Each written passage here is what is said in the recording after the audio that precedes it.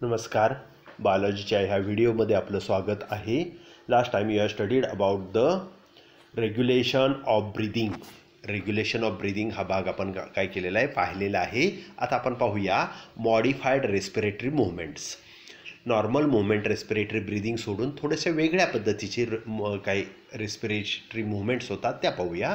Some respiratory movements are different from the normal movement and help access emotion or clear the air passage.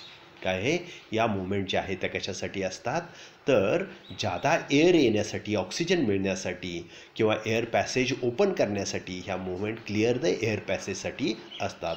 Of these movement some may be reflexes. काही कशा असतात, reflex action असते.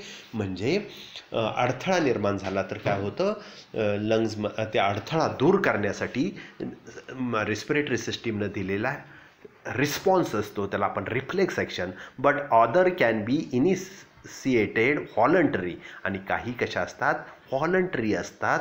त्यामध्ये coughing and याउविंग. Coughing म्हणजे खोकणे, खोकतो आपण. का खोकतो तर respiratory पॅसेजमध्ये mucus किंवा इतर काही पार्टिकल किंवा बॅक्टेरिया, व्हायरसेस आत गेलेला असतो. त्याचं सेन्सेशन झाल्याबरोबर काय होतं, कफिंग होतं. आणि कफिंग झाल्यामुळे तो पार्टिकल काय केला जातो, बाहेर फेकला जातो. याउविंग, जांभई देणे. आपल्याला ऑक्सिजनची डिफिशियन्सी झालेली, ब्रेनला ऑक्सिजनचा कमतरता आहे असं वाटलं तर आपण काय करतो, जांभई देतो. तोंड जास्त काळ उघडतो, म्हणजे जास्त फोर्सफुली हवा काय करतो, लंग्समध्ये घेतो. त्याला काय म्हणतात, याओविंग. ही काय आहे, ऑक्सिजनची कमतरता भरून काढण्यासाठी शरीराने केलेली ॲडजस्टमेंट असते. पुढचा पॉईंट आहे common disorders of respiratory system.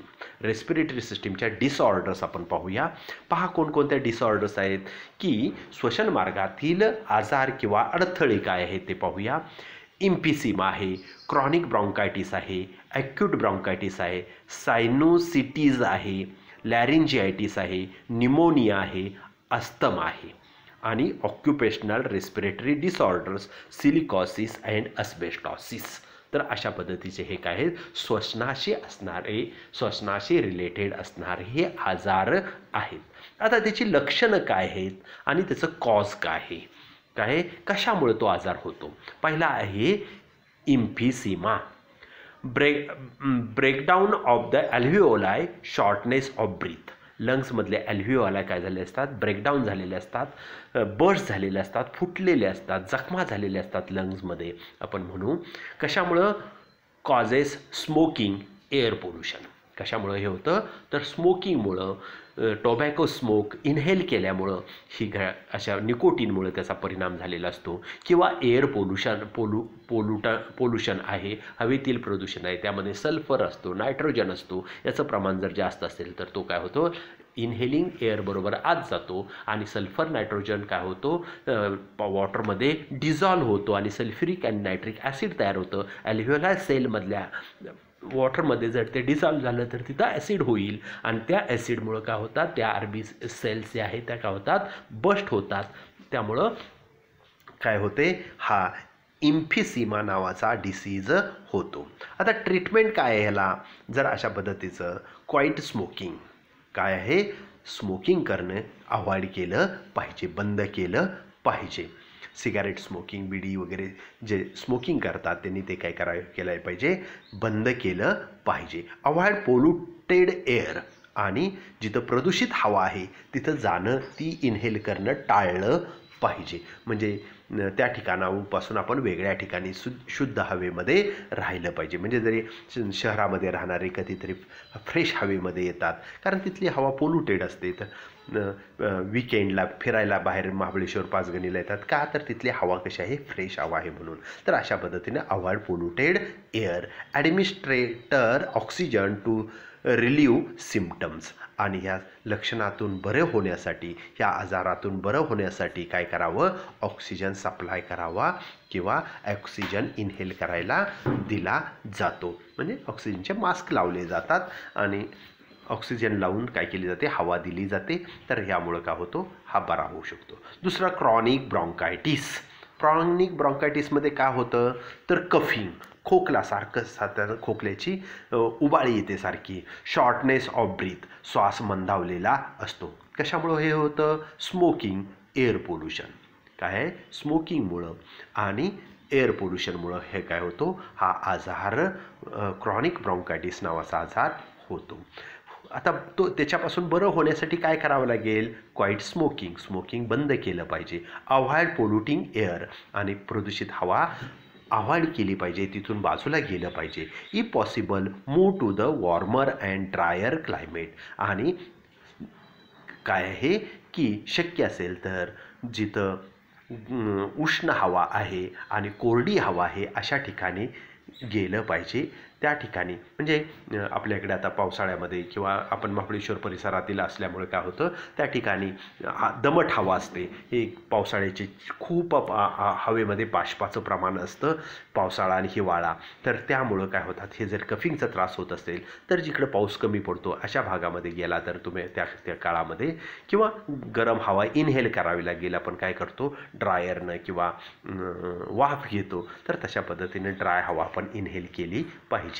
तिसरा डिसीज आहे ॲक्यूट ब्रॉन्कायटिस, क्रॉनिक आणि ॲक्यूट.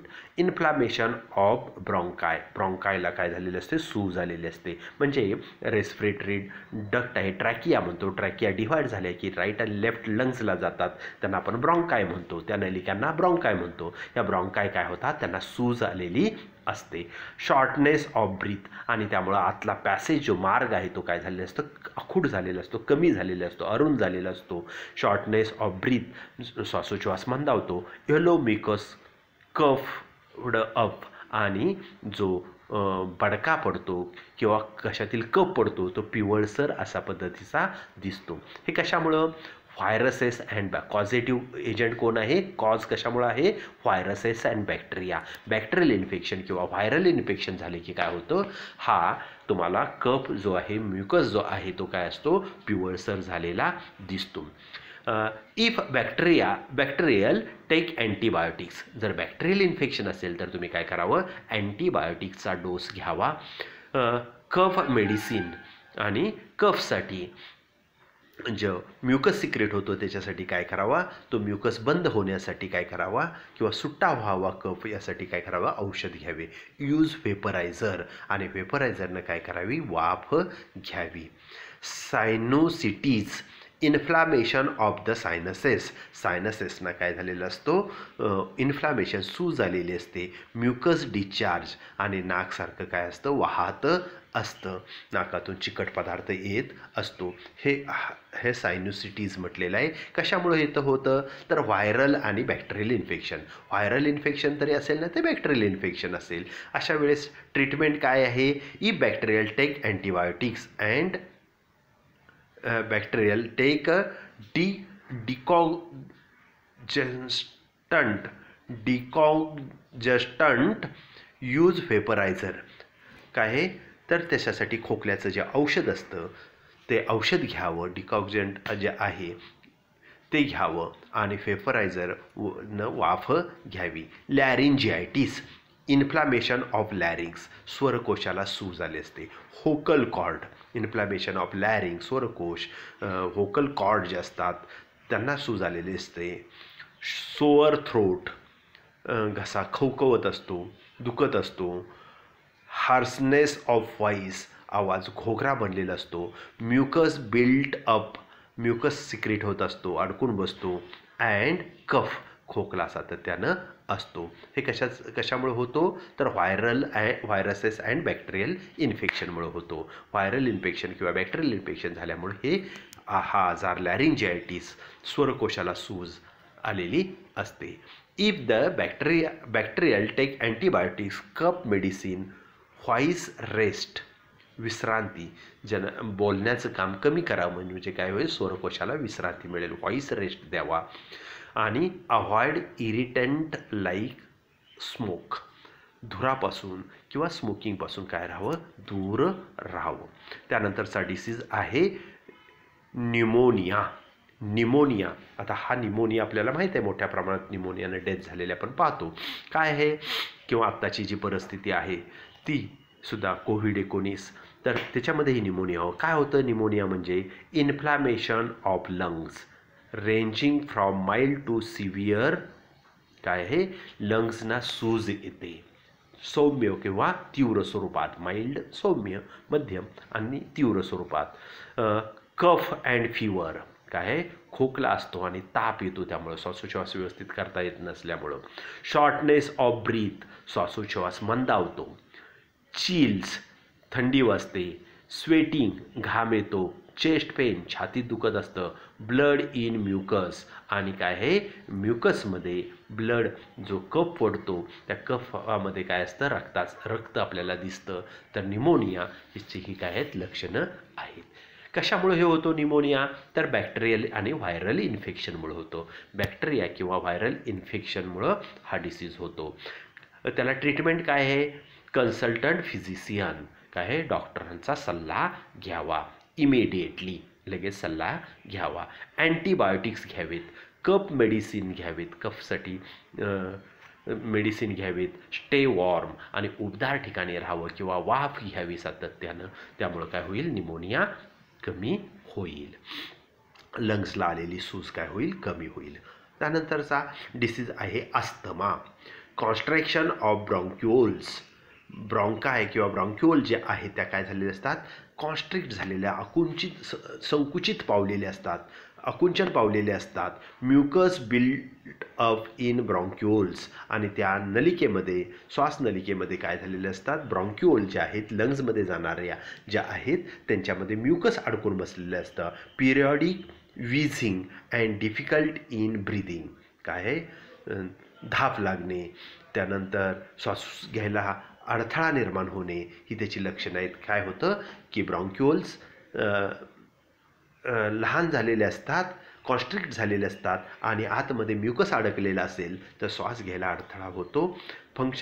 कशामुळे, कॉज काय आहे, कारण काय आहे, तर अलर्जी टू पोलन्स काय आहे, परागकणांची वेगवेगळे परागकण असतात, त्याची अलर्जी काही नसते. मग आपल्याकडे माहिती आहे पाडव्याच्या दरम्यान आपल्याला लिंबाला फुलं येतात. लिंबाचे जे पोलन ग्रेन आहे त्याची बऱ्याच जणांना अलर्जी असते आणि बरोबर ते मग त्याच दरम्यान काय होते, त्यांना सर्दी होते. त्याला फुलं यायला लागली की तिथं राहणाऱ्या लोकांना काय होते, सर्दी येते. तर हे जे लक्षणं जर दिसली तर समजायचं काय आहे, त्या परागकणाची, लिंबाच्या परागकणाची काय आहे, अलर्जी आहे. हवेतून ते इनहेल करता तुम्ही आणि त्याच्यामुळं बॉडी इरिटेट होऊन अशा पद्धतीची लक्षणं दिसतात. सम फूड, काही अन्नपदार्थाची सुद्धा अलर्जी असते. फूड ॲडिटिव्स, अन्न घटकामध्ये काही प्रिझर्वेटिव्ह किंवा इतर काही सबस्टन्सेस ॲड केलेले असतात, कलर वगैरे, त्याचीसुद्धा काहींना अलर्जी असते. पेट हेअर्स, आपले जे पाळीव प्राणी असतात, मांजर आहे, त्यानंतर कुत्रा आहे, त्याचे केस असतात, ती सुद्धा हवेतून आपल्या लंग्समध्ये जात असतात. त्यामुळं त्याचीसुद्धा अलर्जी काहींना होते. आता ट्रीटमेंट काय आहे, use of inhalant to open passage. Inhalant वेगवेगळे असतात की ते फेपर्स किंवा ते ड्रॉप्स किंवा असे घेतल्यानंतर काय होते, तुमचा श्वासनलिका काय होते, उघडी होते. असे इन्हेलंट काय करावेत, घ्यावेत.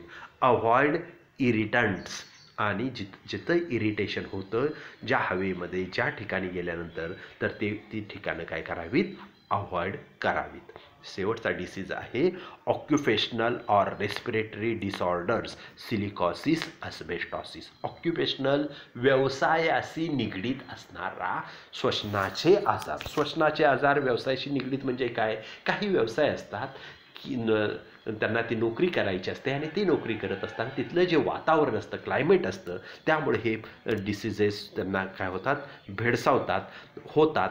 त्यांना आपण काय म्हणतो, ऑक्युपेशनल रेस्पिरेटरी डिसीजेस. म्हणजे काही वेळा पहा, शिक्षकांच्यापैकी त्यातल्या त्यात मॅथ्सचे शिक्षक जास्त खडूचा वापर करतात आणि चॉक डस्ट पुसल्यानंतर जास्तीत जास्त कुणाच्या नाकामध्ये जाते, तर शिक्षकांच्याच नाकामध्ये जाते. त्यामुळे त्यांना काही वेळा त्रास होतो, कफिंगचा त्रास होतो, रेस्पिरेटरीचा ट्रॅकचा प्रॉब्लेम निर्माण होतो. तर चॉक पार्टिकलची काय होते, अलर्जी होते. हा झाला ऑक्युपेशनल डिसऑर्डर. मग त्यांनी काय करावं, चॉक पार्टिकल न वापरता आपण पेनचा वापर किंवा इतर माध्यमांचा वापर करावा, खडूचा वापर कमीत कमी. तसे सिलिकॉसिस आणि अस्बेस्टॉसिस आहेत किंवा कॉटन हातमागावर काम करणारे त्यांचे कॉटनचे फायबर सातत्यानं उडत असतात आणि ते त्यांच्या लंग्समध्ये जात असतात, तर त्यामुळं होणारे आजार. सिलिकॉनच्या इंडस्ट्रीज असतात तिथं काम करणारे, ॲस्बेस्टॉसवरती काम करणारे असतात, ते किंवा त्याशी निगडीत काम करणारे जे असतात त्यांच्यामध्ये हे पार्टिकल जात असतात. काय होतं, इन्फ्लामेशन, फायब्रॉसिस, लंग डॅमेज. काय होतं, फायब्रॉसिस, सूज येते, लंग्सला सूज येते, फायब्रॉसिस हार्डनेस होतं, कठीण लंग्स होतात, लंग्स डॅमेज होतात. कॉजेस काय आहे, long term exposure to the dust particles. काय आहे, अनेक दिवस डस्ट पार्टिकल म्हणजे खाणीमध्ये काम करणारे वगैरे असतात त्यांच्यामध्ये हार्ट डिसीज होतो. Long term exposure to the dust particles, silica and asbestosis particles during occupation. त्यांच्या व्यवसायामुळं काय होतं, त्यांच्या धंद्यामुळं, नोकरीमुळं काय होतं, ते पार्टिकल्स त्यांना इनहेल करावे लागतात, त्यामुळं हा आजार होतो. Protective mask or gear during the work. काय आहे, अशा ठिकाणी काम करणाऱ्यांनी काय करावं, मास्कचा वापर करावा. आता इथं आपण ऑक्युपेशनलमध्ये सांगता येईल की ट्रॅफिक सिग्नलला काम करणारे पोलीस असतात त्यांना हे श्वसनाचे आजार होतात, कारण सातत्याने कार्बन पार्टिकल त्यांच्या लंग्समध्ये जात असतात आणि त्यामुळे त्यांनी काय करावे, अशा ठिकाणी ड्युटी करत असताना मास्कचा वापर करावा. अशा पद्धतीचे हे जे आजार आहेत हे श्वसनाशी रिलेटेड आजार आहेत. We call them as a common disorders of respiratory system. एवढा भाग घेऊन आपण काय करूया, थांबूया. थँक्यू.